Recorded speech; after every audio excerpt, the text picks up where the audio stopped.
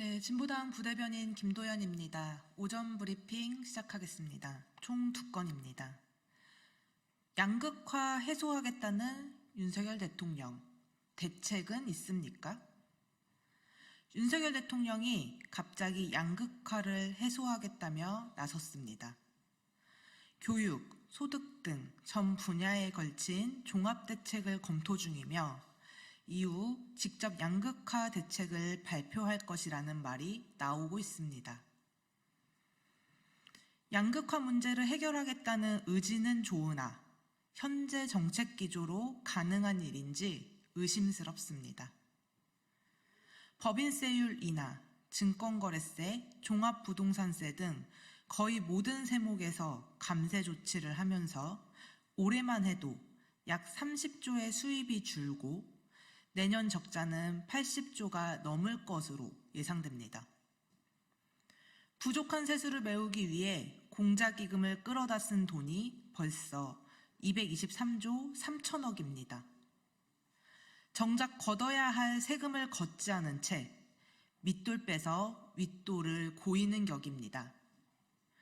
본인의 지지율이 10%대밖에 안 된다고 실현시키지도 못할 이야기를 남발해서는 안 됩니다. 대통령의 임기는 얼마 남지 않았겠지만 국민의 삶과 고통은 지속되기 때문입니다. 특히나 대통령을 포함해 여야는 소득이 있는 곳에 세금이 있다는 명제를 잊어선 안 됩니다. 오늘도 이 하루를 살기 위해 허덕이고 있는 국민을 생각하는 것이 정치의 제 역할입니다. 네, 2번째입니다.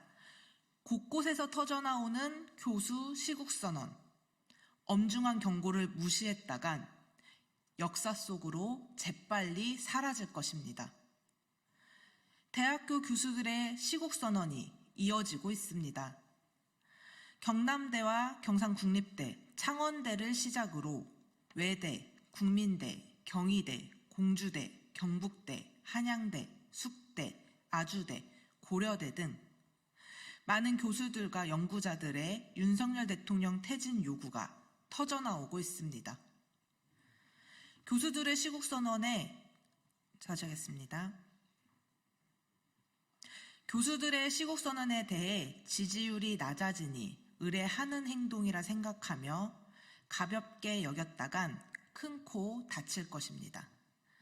박근혜 대통령이 탄핵을 당하기 전에도 대학가 교수들의 시국선언이 이어졌고 국정의 손때라는 무서운 경고를 했습니다.